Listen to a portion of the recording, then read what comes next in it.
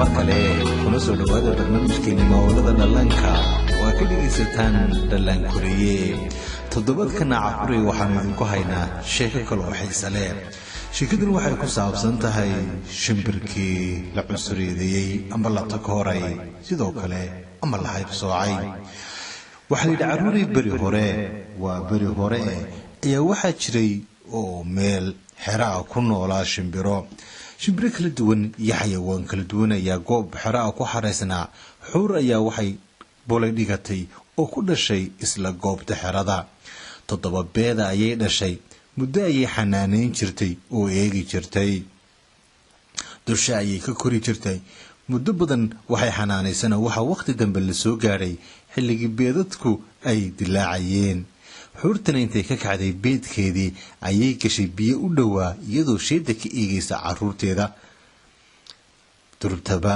tiro ka mida beedadkeeda ayaa dilaacay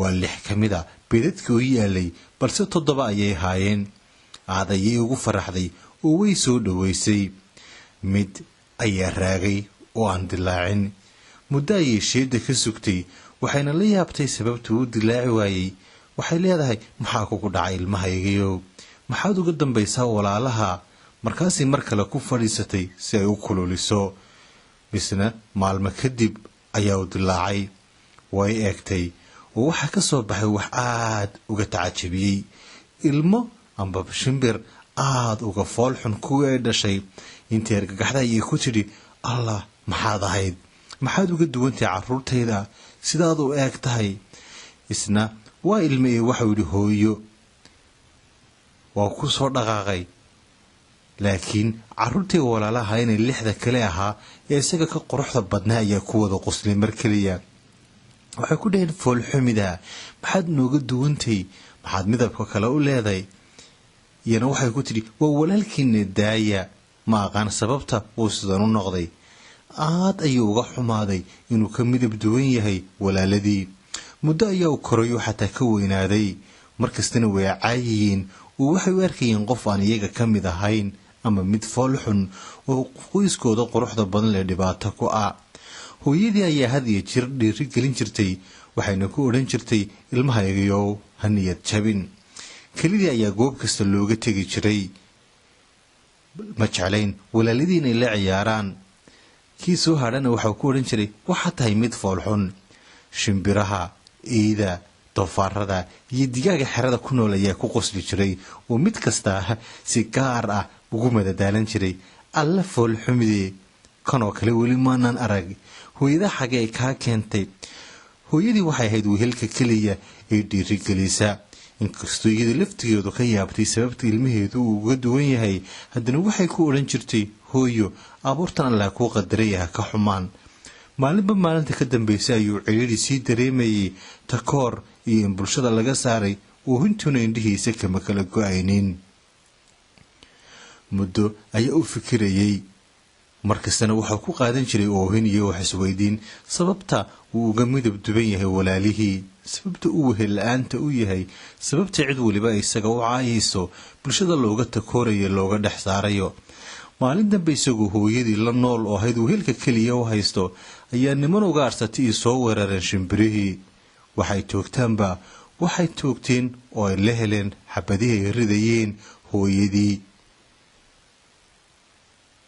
waxaana ku qabteen halkii bannaanka ayuu ku sii sugayay oo hooyadii cunno ayay ugu maqnayd waxaanay ahayd wehelka keliya uu haystay ee taageeri jiray muddo dheer waxa uu sugo oo xerada ay ku xareysnaayeen kadinkeeda taagnaadaba markii dambe waxa uu caddaatay in hooyadii la dilay oo aysan maanta soo nabad laaban kelidii ayuu iska soo noqday wuxuuna ku soo laabtay isla xeradii ay kula jireen xayawaanada kale ayuu tagay oo weydiiyey oo ku yidhi hooyaday ma aragtay iyna wuxuu ku yidhi iga tag foolxumadaada indhaho igu xanuunayaane idhaaf markaasuu haddana diig raacay weyn oo is yidhi bal wehel ka dhigo isna waxau ku yidhi iga tag hay raacin kaagan oo kale waaban ka wasuusayaaye midba si xun ayuu u caayaa oo niyadda ayaa laga dilaa isna waxau isweydiiyaa waxa uu sameeyey ee dadkan oo dhani ay u necab yihiin kolba qof iyo cid cusub ayuu isku dayaa inuu wehel ka dhigto.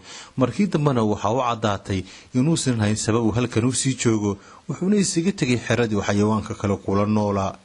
isagoo kelidii ayuu lugeeyey, dabeetana waxa uu aaday meelo kale oo biyale. xuur ayaa u tegay cadcad oo meel ku jirta, wuxuu weydiiyey inuu la noolaan karo. way eryeen. doofaarre meel jooga ayuu u tegay, iyana waa eryeen. sidoo kale bakayle ayuu u tegay oo isna ka cararay. xataa shimbiraha geedka saaran ayaa u tegay oo u weydiiyey hooyadii iyo cid ula noolaan kara inuu ka helo. cidna uma tilmaamin meeluu joogo. xuur sidiisa oo kale madmadow oo biyo ku jirta ayuu iyana u tegay, wuxuu weydiiyey bal inuu la noolaan karo. waxay ku yidhaahdeen, kaagan sidan oo kale u foolxun weligaya nama soo marin, lanama noolaan karaysid ee iska tag. kii maqlaaba niyadda ayuu hadal xun uga ridaa. maalinla maalinta ka dambaysay ayuu sii maruur dilaacayay oo u ahayd murugo hor leh oo iska socday. muddo dheer waxauu socdaba waxauu helay hare biyo ah oo cidina aysan ku noolayn. kelidii ayaana iska go'aansaday inuu halkan isaga jiro. wuxuu halkan ayaa nolosheeda ku qaadanayaa maadaama cidina aysan doonayn inaan ka mid ahaado. wuxuu maalin dambe arkay isagoo biyihii ku dhex jira shimbiro waaweyn oo duulaya oo ah kuwa qaaradaha isaga kala goosha. waxauu yidhi, alla jeclaan lahaaya inaan kuwaasoo kala ahaado. qurux badana oo awood weyna. waxay awoodaan inay sanad walba u duulaan halkii roob doog iyo cadceedi ka jirto oo qaaradaha ayay isaga kala gudbaan. aad ayuu ugu tamaniyey inuu iyaga ka mid noqon kari lahaa. kelidii ayuu sii joogay. jiilaalkii ayaa soo da-ay oo meel kastana baraf ayaa qariyey. cunno ayaa u waayey. barafkii ayuu isaga dhex ciyaaray. muddo ayuu iska socday, laakiin marba marka ka dambaysa waa uu sii tamarbeelayey maadaama cunooyinkana ay dhunteen oo barafku uu qariyey. cid daryeeshana uusan haysanin. waxa uu socdaba oo maalintu ku sii adkaataba. markii dambe ayuu sii dalanbaabiya meel madaxa isagala galay isagoo dhaxan gariiraya. waxaa ku soo baxay nin xoolo dhaqata ah. waa uu qaaday. wuxuu ka yaabay sida u dhaxamoonayo, wuxuuna geeyey gurigiisa. wuxuu yidhi, xayawaankao dhan cunno ayay kaydsadeen, kuwa sidoo adigoo kale ana meel ayaa lagu hayaa. ma garan karo sababtaad halkan kelida ugu nooshahay. waxa uu ku hayay gurigiisa, waanuu xanaanayn jiray. markii la gaadhay xagaaga ee dhulku barwaaqoobina dub ayuu u soo saaray oo waa uu fasaxay. waxaana u geeyey hare biyo leh oo weyn, balse intii jilaalku ku jiray ayuu isbedelay oo waa uu qurux batay, waanuu weynaaday. biyaha markii uu soo galay ayuu hadhkiisa ka dhex arkay biyaha. nooca uu eegyahay ayuu ka taxajabay, wuuna isku qaadan waayey inuu ahaa shimbirkii yaraa ee foosha xumaa. kolba mar ayuu dub isku eegaa, dabeetana shaki ayaaba iska galay. waxau isweydiiyey sababta uu sidan isugu bedelay isagoo ahaa mid foolxumaan lagu caayi jiray. wuxuu arkay inuu leeyahay baalal waaweyn oo xataa hadda u sahli karo inuu ku duuli karo uu gaadhi karo halka uu doono. qoor dheer oo ay lahaayeen shimbirihii uu ku timaniyi jiray ee isaga dulduulayay. rajo ayaa gashay oo wuxuu u arkay hadda inay bulshada uu la nool yahay ay malaha aqbali karto oo aan mar dambe. shimbirihii barkii hore uu arkay ayuu haddana maanka ka arkay. wax ayaa isku sawiray. waxuu hadda u muuqatay malaha waa lagu aqbalayaa. waxuu ku soo hagayay koox xuur ah uu u eg isagoo kale oo biyo ku dabaalanaysa. markii uu la hadlayba way aqbaleen. waxay u sheegeen inuu ka mid yahay oo iyaga raaci karo. wuuna ka mid noqday oo waxau helay bulsho hadda noloshiisa soo dhoweysa. ma ahayn mid foolxun ee waxau noqday shimbir qurux badan. xataa caruurta aragtay iyo dadka arkoo dhan ayaa isaga tilmaami jiray, eega shimbirkan qurux badana, kan weeye kaanana wuu jeclahay. isaga laftiisuna waxa uu qashuucay nooca uu noqday iyo quruxdiisa. muddo kadib ayuu taariikhdiisa hore ogaaday. waxaana saas ku dhacday in uusan weligiiba ahayn xuurtii hore ee hooyadii dhashay. wuxuu ka mid ahaa shimbiraha waaweyn ee qaaradda isaga gudba, balse waxauu ku soo dhacay bulay khaldan oo waxauu ka soo dhacay bulaygii hore ee hooyadii ay dhigatay. wuxuuna ku biiray xuur kuwa badjoogta ah oo beed meel dhigatay. waana sababta uu uga dubanaa kuwii hore ee walaalihiisu moodi jiray. muddo kadibna waxa uu awood u yeeshay inuu qaaradaha isaga dhoofo oo waxauu noqday shimbir ka mida kuwa ugu waaweyn adduunka. halkuu doonana waa uu gaadhi karayey.